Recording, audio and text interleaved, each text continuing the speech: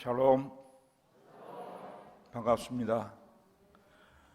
저는 87년 2월 첫 주에 와서 89년도에 한수 받고 90년 1월 첫 주부터 동안교회에 가서 부목사로 있다가 지금 대전에 가서 개척해서 25년이 지난 목사입니다. 제가 떠난 이후에 처음 신양교회에 와서 이렇게 강단에 서니까 감회가 새롭습니다. 신약교회에서 아들, 딸 다 낳았는데 그 아이가 지금 나이가 제가 박관희 장로님 집사 때 봤던 그 나이입니다. 20대에 와서 30대 동안교회로 갔고, 그때 박 장로님은 30대 중반에 집사님이셨는데 세월이 많이 흘렀습니다. 오늘 우리는 은퇴식과 임직식을 가집니다. 먼저 은퇴하시는 분들을 생각하며 말씀을 드립니다. 직분의 은퇴가 있기 때문에 오늘 항존 직분을 은퇴하시는 것입니다. 오늘날 직분은 예수님의 이름으로 교회가 줍니다. 그래서 교회가 주는 직분은 한시적입니다. 사람의 육신적 삶이 한시적이기 때문에 그렇습니다. 이 은퇴는 아름다워야 합니다. 옛 성경은 물러갈 때를 아는 자는 지혜롭다 그랬습니다. 모세는 피스가산에서 가나안으로 들어가면서 정말 가나안에 가고 싶었습니다. 하지만 하나님께서 못 간다고 하시면서 대신 후계자로 여호수아에게 기름을 부으라고 하실 때 지체하지 않았습니다. 사람은 때가 있습니다. 그 사실을 아는 사람이 지혜로운 사람입니다. 전도서 3장 2절에 날 때가 있고 죽을 때가 있고 심을 때가 있고 심은 것을 뽑을 때가 있다 그랬습니다. 신약의 사도 바울은 정말 교회 일을 열심히 한 사람입니다. 자기의 생명을 돌아보지도 않고 눈물을 쏟으면서 전력을 다해 복음을 전했습니다.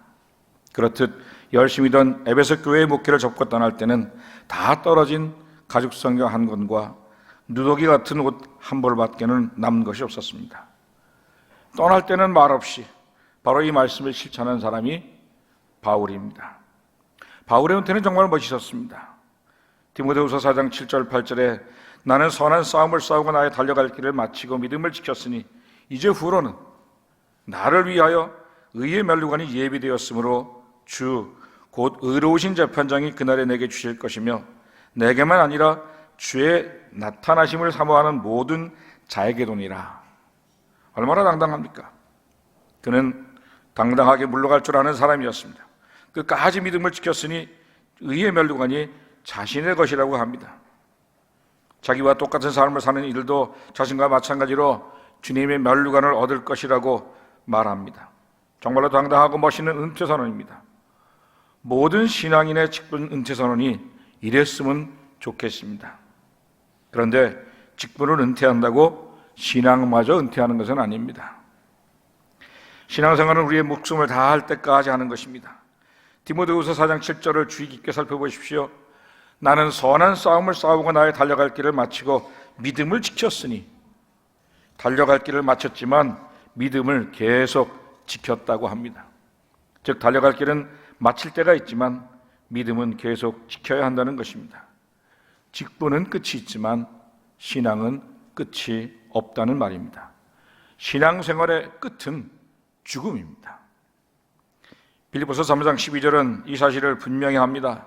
내가 이미 얻었다 함도 아니요 온전히 이루었다 함도 아니라 오직 내가 그리스도 예수께 잡힌 바 된 그것을 잡으려고 달려가노라. 그렇습니다. 바울 같은 분이 얻은 게 왜 없겠습니까? 이룬 게 한두 가지입니까? 하지만 아직 주님께서 바라는 표대를 향해서 달려간다는 말입니다. 그것은 믿음의 영원함을 말합니다. 신앙의 지속성을 말합니다. 생명을 다할 때까지 은퇴가 없는 것이 신앙입니다. 언제 주님 오시든 언제 주님의 부르심을 받든 바로 그때의 신앙이 주님께서 심판하실 신앙입니다. 이 사실을 잊으면 큰 낭패를 봅니다. 현재의 신앙, 이게 중요한 것입니다. 과거엔 그리스도인들을 박해하는 것으로 낙을 삼았던 이가 바로 바울입니다. 하지만 예수를 믿은 후 그의 지속적인 신앙은 현재의 신앙이 되었고 멸류관을 기대한다고 확신하는 신앙이 되었습니다. 신앙을 은퇴하는 미숙을 범하지 않는 그리스도인 되시기를 바랍니다. 오늘날 직분을 은퇴했다고 신앙도 은퇴하는 이들이 있습니다. 정말 안 될 일이죠. 반대로 신앙에 은퇴가 없다고 직분도 은퇴하지 않는 이들도 있습니다. 이것도 안 될 일입니다. 둘 다 개인과 교회에 좋지 않은 영향을 줍니다. 전자의 경우 나도 예전에 열심히 주님의 일을 다 해봤어 하는 식으로 현재의 일꾼들의 일을 방해합니다. 은퇴시켰다고 시험 들거나 은퇴했다고 교회에 나와 예배드리는 일이나 기도하는 생활도 소홀히 하는 사람들이 이 부류에 속합니다. 평신도 은퇴자들 중에 많은 현상입니다. 하나님을 노엽게 하는 일입니다. 후자의 경우 계속 나서거나 나서지는 않지만 뒤에서 후배들을 조종하는 영향력을 가지고 계속 활동합니다. 그래서 후배들이 일하기가 몹시 어렵게 만듭니다. 심지어는 담임 목사의 감독자로 군림합니다. 이런 경우는 목회자들에게 많습니다. 어떤 경우이든 바람직한 모습은 아닙니다. 오늘 은퇴하시는 분들과 사랑하는 교회 여러분, 직분을 물러났던 말 없이 물러나십시오. 하지만 신앙생활에는 은퇴하지 마십시오. 영원히 생명이 다할 때까지 열심히 주님과 함께 하십시오. 주님의 부르심의 상을 향하여 달려가십시오. 이제 임직하시는 분들을 생각하며 말씀을 전합니다. 빌립보서 2장 1절 이하에 보면 주님의 일을 어떻게 해두는지 우리에게 권면해 주고 있는데, 마음을 같이하여 같은 사랑을 가지고 뜻을 합하여 한 마음을 품어 아무 일에든지 다툼이나 허용으로 하지 말고 오직 겸손한 마음으로 각각 자기보다 남을 낫게 여기라고 그랬습니다. 직분을 받으시는 분들과 모든 교우들은 서로 마음을 합하여 형통해서 하나님의 뜻을 이루어드리며 하나님의 말씀에 순종해야 될 줄로 압니다. 어떤 사람은 교회를 오해해서 교회 안에도 여당과 야당이 있어야 된다라고 생각하지만 그것은 교회의 원리를 모르는 데에서 오는 것입니다. 교회를 가리켜 십자가 군병이라고 했는데 예수님을 사령관으로 모시고 우리 모두가 군병이 돼서 주님의 뜻을 이루어 드리는 것입니다. 여러분들 중에 많은 분들이 군대 생활을 하셔서 잘 아시겠지만 군대에서 중요한 것은 하나가 되는 것입니다. 사령관과 참모들이 하나가 되어야 전쟁터에 나가서 승리를 거둘 수 있습니다만, 사령관은 여당인데 참모들은 야당이 되어 하나가 되지 못한다면 그 군대는 있으나 마나 싸우나 마나 싸움터에 나가도 백전백패하고 말 것입니다. 그러므로 십자가 군병인 교회는 여당과 야당이 따로 있을 수 없는 곳입니다. 예수님을 중심으로 해서 목사님과 장로님, 안수집사님, 권사님, 집사님, 교우들이 하나가 돼서 한 입으로 한 목소리를 발할 때 그 교회는 하나님의 복을 받아 부흥되고 성장되는 것입니다.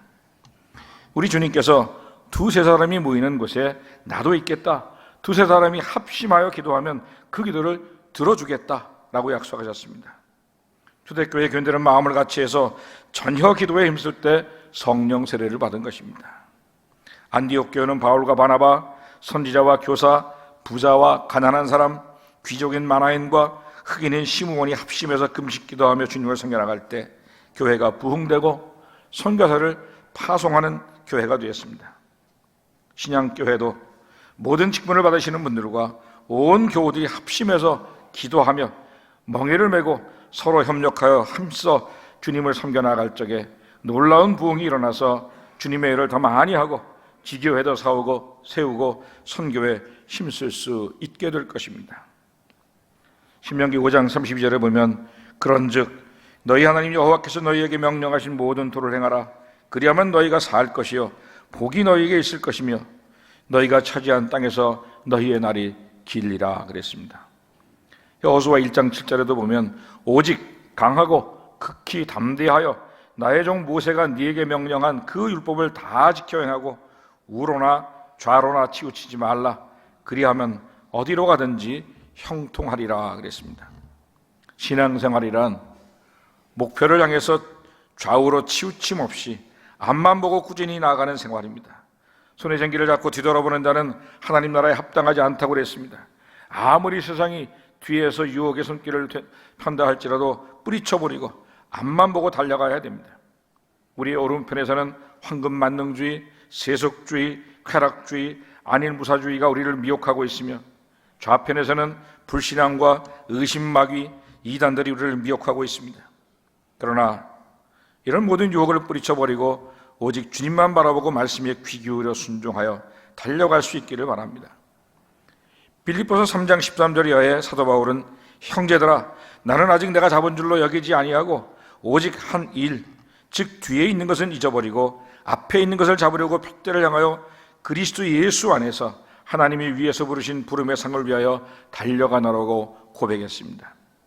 주님을 바로 섬기면 우리의 주님이 함께 하셔서 우리의 가는 길을 형통하게 해주시고 영육 간의 강건함을 주시고 모든 일이 잘되고 자녀들이 복을 받게 해주십니다. 히브리서 12장 2절에 보면 믿음의 주여 또 온전케 하시는 이인 예수를 바라보자 그랬습니다. 신앙생활이란 남이 하는 대로 따라하는 게 아닙니다. 신앙생활이란 사람 따라가는 것 아닙니다. 다른 사람 교회 가니까 나도 교회 가는 것이 아니라 안식일을 거룩하게 지키라고 성경에 명령하고 있기 때문에 주일에 교회에 나와 예배 드리는 것입니다. 다른 사람이 헌금하니까 나도 헌금하는 것이 아니라 성경에 첫 열매를 드려라, 온전한 11절을 드려라, 헌물을 드려라, 감사를 드리라고 명령하고 있기 때문에 헌금을 드리는 것입니다. 어느 교회에 어떤 사람은 작정 헌금을 할 때 절대로 먼저 하지 않고 다른 사람들이 하는 것을 보고 이리저리 재보고 많지도 적지도 않게 드린다고 하는데 그건 헌금이 아니라 세금일 뿐입니다. 만일 주부가 오랜만에 친정에 가려고 하는데 남편이 교통비 얼마, 선물비 얼마, 과일값 얼마 이렇게 계산해서 딱 맡겨준다면 신이 날 주부가 어디 있겠습니까? 우리가 하나님께 물질을 드리는 것은 받은 바 은혜에 감사해서 감격스러운 마음으로 넘치도록 드리는 것인데 다른 사람과 비교하며 계산해서 드린다면 하나님께서 기뻐하시지 않습니다. 감사에는 한계가 없습니다.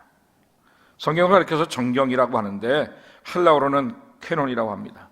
고든 지팡이, 척도, 표준이라는 뜻입니다. 신앙생활이란 고든 척도가 되는 하나님의 잣대를 가지고 말씀을 그대로 순종하는 것입니다. 임직자 여러분, 사람을 바라보지 말고 사람 따라가지 말고 오직 주님만 바라보고 따라가며 말씀 앞에서 아멘으로 순종해서 신앙생활을 올바로 해나갈 수 있기를 부탁드립니다. 교회의 직분이란 결코 명예직이나 권세직이 아니라 실제로 일하며 자기를 희생하며 십자가를 지고 가는 봉사직입니다. 베세메스로 갔던 암소가 송아지들을 떼어두고 법궤를 싣고 좌우로 치우치지 않고 앞만 보고 바라보고 가서 마침내 그 사명을 다한 다음에 수레를 화목으로 삼고 자신은 제물이 되어서 살, 가죽, 뼈 하나도 남김없이 온전히 하나님 앞에 번제물로 드리게 된 것입니다. 오늘 직분을 받으시는 분을 비롯한 모든 교우들은 주님의 몸된 교회를 위해 땀 흘려 봉사하며 시간과 물질을 드릴 뿐만 아니라 하나님이 허락하시면 순교의 제물이 되어야 합니다. 어떻게 보면 딱 한 번 죽는 것이 쉬운지 모르지만 날마다의 삶 속에서 내가 죽고 희생하는 것은 쉬운 것이 아닙니다. 죽도록 충성하라. 그리하면 내가 생명의 멸관을 주리라 하셨는데 우리가 맡은 사명 잘 감당하고 충성하면 하나님께서 여러분 삶 속에 건강의 복과 형통한 복과 자손이 잘 되는 복을 허락해 주실 줄 믿습니다. 사랑하는 임직자와 교회 여러분, 우리는 인정을 초월해서 한마음 한뜻이 되어 주님의 일을 하십시다. 사람 바라보지 말고 주님만 바라보고 말씀에 굳게 서서 앞으로 달려나가십시다. 직분이란 명예나 권세가 아니라 실제로 일하고 봉사하고 희생하는 직분이니 내 몫의 태인 십자가를 바로 지고 끝까지 주님의 뒤를 따라감으로 면류관을 받으시는 여러분 모두가 될 수 있기를 간절히 소망합니다.